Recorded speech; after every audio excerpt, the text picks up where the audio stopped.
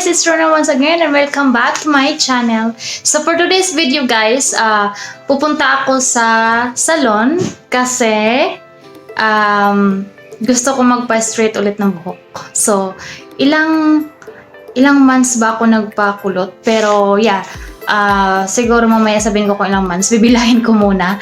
So ayan yung kulot ko guys. As you can see naman, marami na akong video na nagawa na kulot yung buhok ko. So sabi ko, nakakatamad mag-alaga ng kulot ng buhok kasi hindi lang siya dapat na dapat i-wet lock mo siya lagi kasi nga, yun nga, magda-dry siya as in. Sabi ko na tinatamad na akong mag-alaga. So balik ako sa straight. So tingnan natin kung payagan nila ako mag-straight ulit. Kasi minsan kasi ang rason nila na hindi pwedeng gawin kasi bago pa lang ginawa ang ganito ganyan. Maraming mga rason sila. So let's see mamaya kung payagan ako. Kung if ever man kung payagan ako, papakita ko sa inyo kung anong itsura. So yeah, see you mamaya guys! You're my peace of mind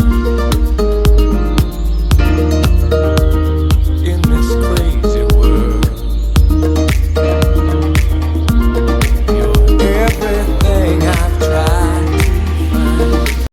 Hello guys, nandito na ako sa Raza Salon, which is dito ako lagi nagpapagawa ng buhok minsan sa eyelashes, minsan naman sa kuko, ayan. Pero talaga dito sila sa 6 years na siguro ako dito na lagi nagpapagawa sa kanila, parang gano'n. So, si ate yung gagawa ng buhok ko, at saka si ate. Hi! Ayan, silang dalawa yung gagawa ng buhok ko. So, let's see kung ano yung itsura mamaya, kung mag-i-straight ba. Kasi sabi ko, kapag hindi ito mag-straight, iuwi ko sila sa bahay. Ikukulong ko sila. Ayan. So, yeah, let's start guys. Mag-shampoo na si ate ngayon. So, yeah, mamaya, ipapakita ko sa inyo.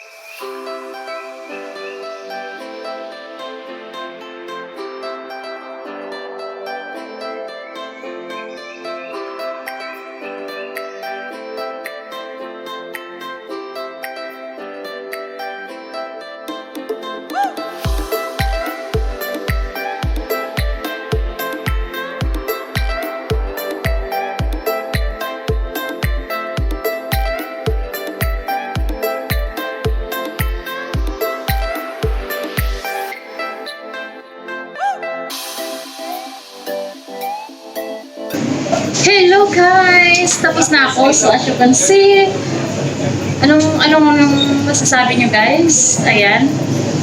Okay. So back to normal, back to rebond or back to straight na ako, which is yun yung regular na buhok ko talaga na straight. So yeah, yung last na kung makikita nyo, yun yung Brazilian. Kasama siya sa rebond and then with Brazilian, which is treatment siya.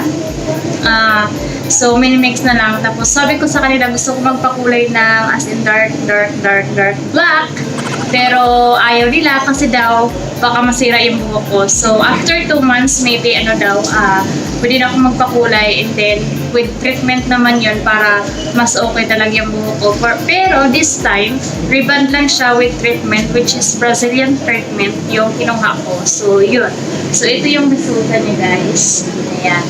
So, super worth it naman kahit medyo may pagkamahalan.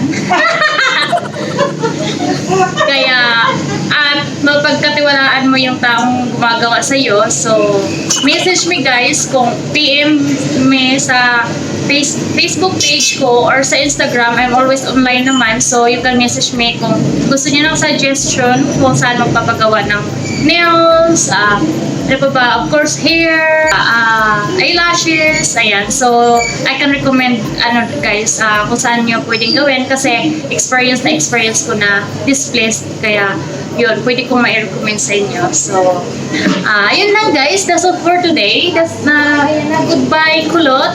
Ayan. Goodbye, 2019. 2020 na tayo. Then, let's go back to normal life na. Ayan. Wala na yung kartingan. Kasi tamad talaga akong mag-alaga sa kulot. Kasi nga, hindi lang siya, hindi lang siya treatment lang. Parang, gaya nga sinasabi ko kanina, lagi mo siyang i-always wet lock. So, yun lang guys. Sorry pala sa outfit ko kasi yung outfit ko is malamig dito. Naka-aircon sila dito. So, nagdala na ako dito kasi alam naman natin lahat pag nagre-rebond, it takes hours and hours para matapos. So, yun yung ginagawa ko. So, yun lang guys. That's all for today. Kung bago ka pa dito sa video ko or sa channel ko, please subscribe for more video and of course, click the bell button so you will be notified on my next vlog and give a thumbs up if you like this video. And of course, don't forget to share to your friends kung gusto mo itong i-share. And yeah, see you on my next vlog guys. Bye-bye!